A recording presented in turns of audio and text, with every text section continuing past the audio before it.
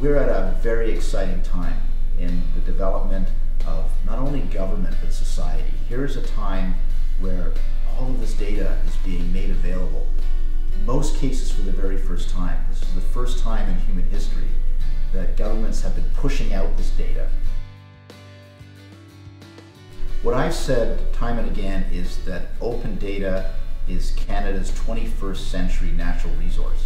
And by that I mean that this is something that will continue to be mined, it'll continue to be extracted, it'll continue to be utilized by citizens, by researchers, by NGOs, by entrepreneurs for all sorts of very positive benefits. I think data will touch every aspect of our lives, every aspect of the world around us. And I think industries are going to find very novel, very unique, very interesting ways to use that data to help kind of create the next generation of growth within their organizations, to find new industry lines, and frankly, to find opportunities to disrupt their existing industry lines to create new ways of doing things.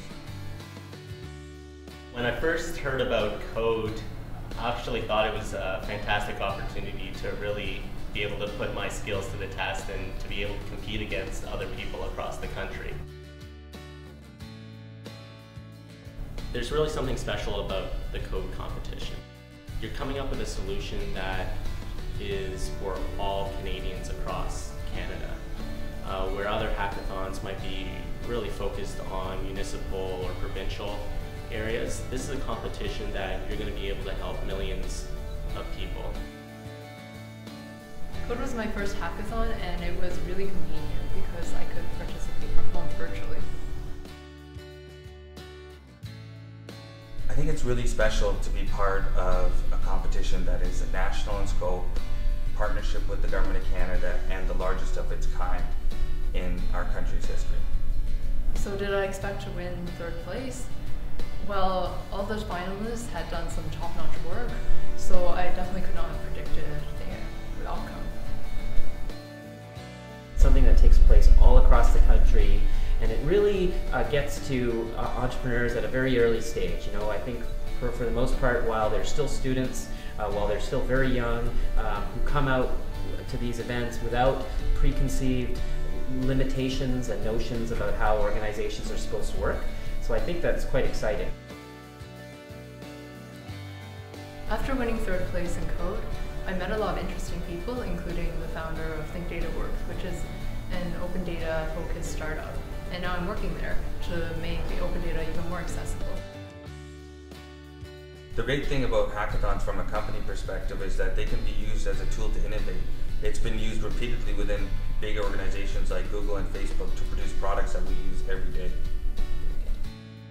Code's an incredible place. So the VIP hubs that will allow you to meet potentially your co-founders, potentially your development team, be able to come up with an idea, and over the weekend, in a very short period of time, come up with a minimal viable product.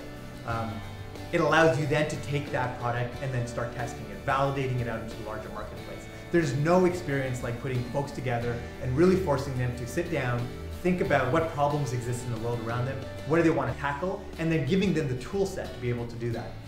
Ultimately, that's the foundation of entrepreneurial activity.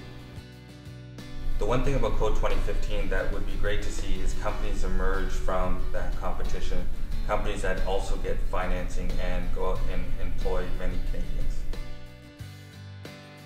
Where I see this going in the next few years is more open data being available, more interdisciplinary, more federal plus provincial plus municipal partnerships when it comes to open data, and the ability of entrepreneurs in particular to take that open data and to create something that is useful and usable and beneficial for Canada's citizens.